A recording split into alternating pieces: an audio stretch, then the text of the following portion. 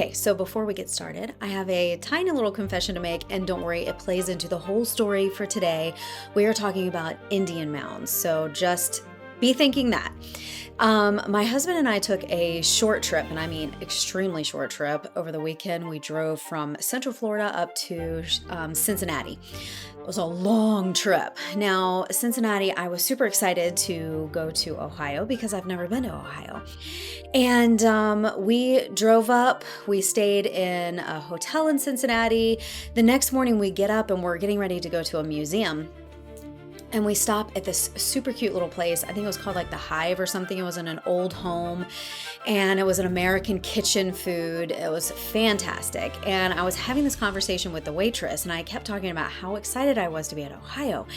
And I've never been to Ohio before. And then I'm telling the waitress, asking her what the specific food is on the menu.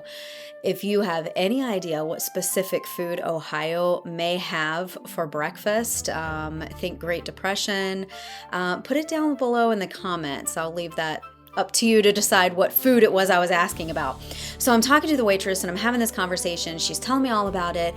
And I mentioned that I was super excited to be in Ohio and that I had never been there before. And she's being very sweet and very kind and finished the conversation. She walks off. And my husband looks at me and he's like, you do know we're not in Ohio, we're in Kentucky. This entire time, I've been thinking we're in Ohio, and we never once made it to Ohio. Like, I saw the border, but never made it there. So long story short, never went to Ohio, still haven't been to Ohio. But I do have plans to go back because, like for the episode today, we're going to be talking about Indian mounds. And one of the coolest Indian mounds is there. It's actually called the Serpent Mound. And as you guessed, it is shaped like a serpent. And it comes from the mound builder civilization, like the Adena and Hopewell civilizations or periods. And in fact, I have a book back here somewhere on my shelf that deals with that whole time period. It's really amazing. So with that, we're going to get started. My name is Beth Purdue. I'm your storyteller for today, and this is Forgotten Threads.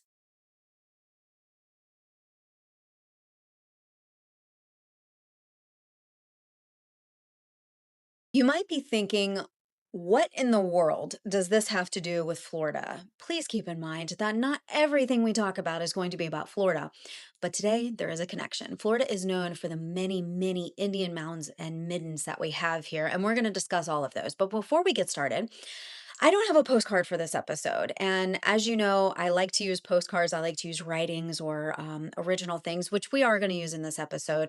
But today I really started thinking about this piece of pottery that I had. Take a close look, and I'll put a picture down below. Isn't that neat? It's pretty thick. It's a nice piece. I got this at a yard sale. So, cool story. I love yard sailing. I love going to thrift stores. And I stopped at a yard sale where the lady who all of her belongings were being sold, she had passed away. And I believe it was her daughter that I was talking to. This was years ago. And she was telling me how her mother used to be a stewardess for one of the first airlines. I don't know if it was like Pan Am or something like that. And she used to travel a lot into South America, and she would bring back with her small little trinkets, things that she would find, things that people would give her. And she very meticulously would then label each one of those. So this one actually has a label on the back. And it says 1480 AD, Inca Imperial Pottery from the Church of Santo Domingo, Cusco, Peru. I have no idea if that is real, but I thought it was cool and I love history, so I picked it up. Now, in Florida, we have a lot of pottery. There are Indian mounds all over the place, and pottery is one of those overly abundant things that we have. Generations of indigenous peoples reshaped the landscape with thousands of earthen mounds and geometric enclosures. The term mound builders is not the name of a single people or tribe. It refers broadly to the many Native American cultures that, across more than 5 millennia, raised earthworks for burial and ceremonial reasons. Florida is not our mounds here. We do not refer to them, or I have not heard it referred to as the mound builder civilizations. This seems to be more of like a Kentucky, Ohio, Illinois, Indiana, even into West Virginia is where I've heard that term used. In Ohio, archaeologists conveniently divided this tradition into three successive periods: the Adena, the Hopewell, and the Fort Ancient cultures. When 19th century Americans first studied these monuments, many wrongfully attributed them to lost tribes of Israel, Welsh voyagers, or other distant peoples. A myth the Smithsonian's research eventually corrected, confirming the builders were ancestral Native Americans. And where did they come from? No idea. Topic for another day. Cultures and people shift, and some societies cease to exist for various reasons. The Adena culture were the earliest of Ohio's mound builders, generally dating from roughly 800 to 1000 BC to about 100 to 200 AD, and named for a site near, I will mispronounce this, Killicanth. The Great Serpent Mound, which I was so hoping I could get to see, and like I said, I'm planning to see it next year. It's in Adams County, the largest effigy mound of its kind in the world at roughly 1,250 feet long, is conjecturally associated with the Adena, though it contains no datable artifacts, which is interesting because here in Florida, we have a ton of artifacts that help with the dating process. The Adena tradition gradually gave way to the Hopewell, who flourished during the Middle Woodland period from roughly 100 BC to 500 AD. The transition was so gradual that scholars increasingly treat the two as continuum rather than separate peoples. The Hopewell built enormous geometric earthworks, circles, squares, and octagons, sometimes enclosing hundreds of acres and aligned with cycles of the sun and moon. Their tradition and pilgrimage networks drew materials such as copper, mica, and obsidian from as far as the Rocky Mountains, worked into some of the finest art of ancient North America. Now, the last and the third culture would be the Fort Ancient culture. After the Hopewell faded around 500 AD, a later late prehistoric people known as the Fort Ancient culture occupied the region from roughly 1000 to 1650 AD. These maize farming, village dwelling communities are generally considered ancestral to historic Native American tribes of the region, bridging the ancient earthwork builders and the indigenous nations encountered at European contact. Now, back home in Florida, what could possibly be the connection between Ohio and Central Florida? One of the most persistent myths in American history was that the Great Earthen Mounds were too sophisticated to have been built by Native Americans and must instead have been the work of a vanished lost race. From the 16th century onward, European explorers and early American naturalists repeatedly saw indigenous people build, occupy, and using mounds and wrote down what they witnessed. In fact, the DeSoto chroniclers, mounds made by hands is what they refer to. The earliest and most explicit eyewitness testimony comes from the Hernando de Soto expedition, which crossed the southeast in 1539 to 1543. Its chroniclers repeatedly described flat-topped platform mounds in active use, supporting the houses of chiefs and temples. The gentlemen of Elvas, it looks like Elvis, but Elvas, I guess, an anonymous Portuguese member of the expedition, recorded plainly, "The Lord's house stood near the shore upon a very high mount, made by hand for strength." Then later on, we have Garcilaso de la Vega compiled veterans' testimonies into his La Florida del Inca, 1605. He described not only the mounds, but the method of their construction, leaving no doubt the builders were the native peoples then living among them. He said they built up such sites with the strength of their arms, piling up large quantities of earth and stamping on it with great force until they had formed a mound from 28 to 42 feet in height. That's quite a height range there. Spanish soldier and cartographer Alvaro Mexia traveled south from St. Augustine in 1605 on a diplomatic mission to the Ayas and Surac peoples, producing a written route log and a color map, which I'll show you. His account is the earliest surviving European document of the Great Shell Mound on Mosquito Lagoon, now called Turtle Mound. Modern summaries describe his observation this way. In 1605, Alvaro Mexia noted the site, dubbing it Baradero de Sarac, and observed natives floating their dugout canoes at its foot. A lot of times when you look up this particular person, he was Alvaro Mexia. He was a cartographer, but he also wrote a lot of things down. And for some reason, he is often credited as saying he saw the Indians launching their canoes from the base of it. That's not exactly what he said. He said that they were floating their dugout canoes at its foot. It's a little bit different. William Bartram, who I believe I mentioned him in my earlier episode when I talked about Micanopy, he also went through there and he documented a lot of Payne's Prairie and talked about that. He was a naturalist.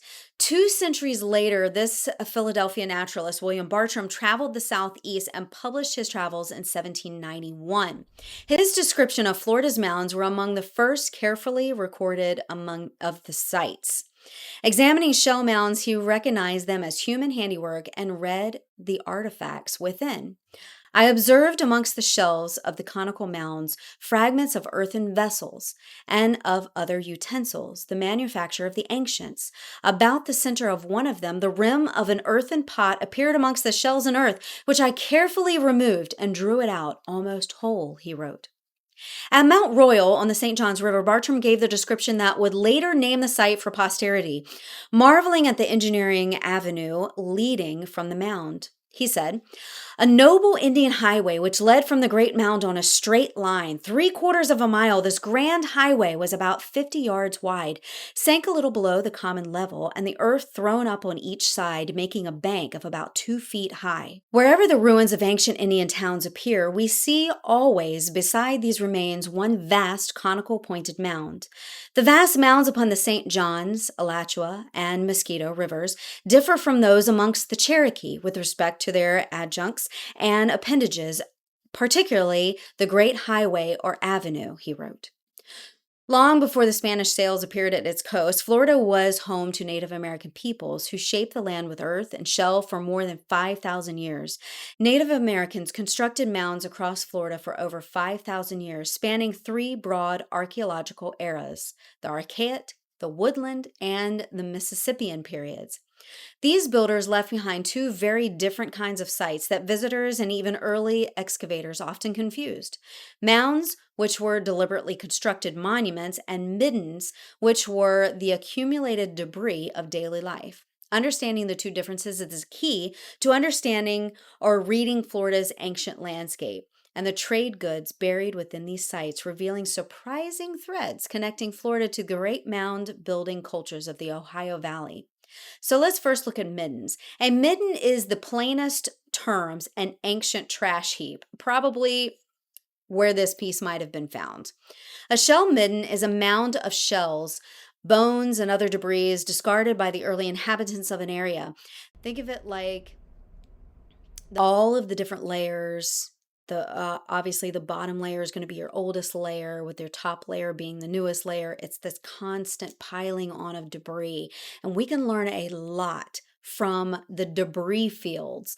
We can find out what foods they ate, the type of utensils that they used, pottery, ages of things.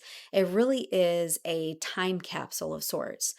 Mounds, by contrast, were intentional constructions. Although middens and ceremonial mounds can look similar on the surface, ceremonial mounds served deliberate purposes. Some were territorial markers, some were burial sites, and others held religious significance. The story unfolds across distinct eras. During the Archaic period, some of the oldest monuments in North America appeared on Florida's Gulf Coast.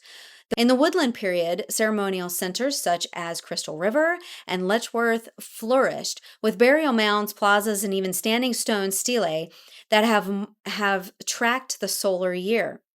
Finally, in the Mississippian period, agricultural temple mound societies emerged in northern Florida. The Fort Walton and related cultural spread maize, beans, and squash farming alongside flat-topped temple mounds, with Lake Jackson near Tallahassee serving as the southernmost ceremonial center of the vast Mississippian trade network that reached as far north as Wisconsin. In the South, Peoples like the Calusa never adapted farming at all, sustained dense populations and monumental shell works entirely on the bounties of the sea. Few cultures live in total isolation, and exploration is not just a European thing, it is in all of us. And in fact, there are large networks and roads that were built between these massive civilizations. At Crystal River, many of the earliest burials, dating to around 250 BC, were accompanied by copper tools and ornaments. And that copper came from the Ohio River Valley through the trade network developed by the Hopewell culture. It's all connected. Now, my question to you is this. With all of these vast arrays of mounds and Indian civilizations that we have here in Florida, what do you think the conservation efforts should be? Should we be conserving everything? Should we only be conserving ones that hold the most value, the most that we can learn from those civilizations? What are your thoughts on this? It is not necessarily up for debate. It's just something that I've often thought about. I know that there are mounds that are on private property, and I will never, ever say that private property should be taken over or the government should come in and take any of that. But what should the individual do so far as conservation? Let me know your thoughts in the comments.